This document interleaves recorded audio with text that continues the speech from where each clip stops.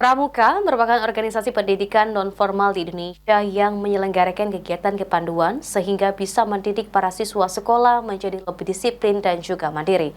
Sehingga pramuka harus wajib menjadi ekstrakurikuler di sekolah.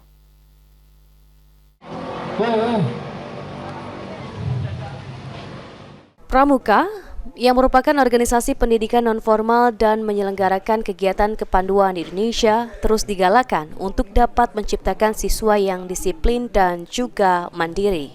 Salah satunya dengan melakukan perkemahan akhir tahun bertepat di lapangan Pondok Pesantren SMP dengan diikuti oleh seluruh sekolah di Kecamatan Sukarami mulai dari SD hingga SMA. Yang diisi dengan berbagai kegiatan kepramukaan seperti baris berbaris dan lainnya. Di tengah kemajuan zaman, pramuka diharapkan dapat menjadi salah satu pelajaran wajib di sekolah karena tidak ada di ekstrakurikuler lainnya.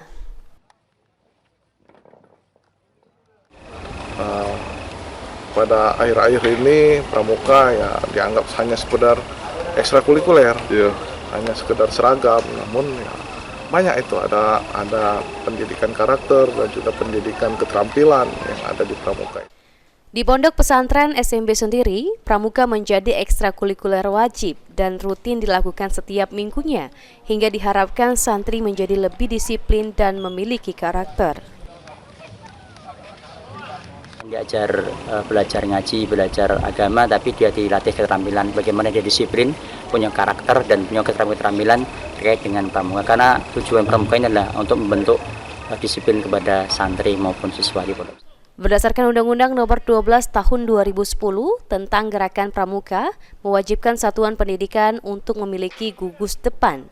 Kemendikbudristek memastikan pramuka sebagai ekstrakurikuler wajib disediakan oleh satuan pendidikan. Tim Liputan PAL TV.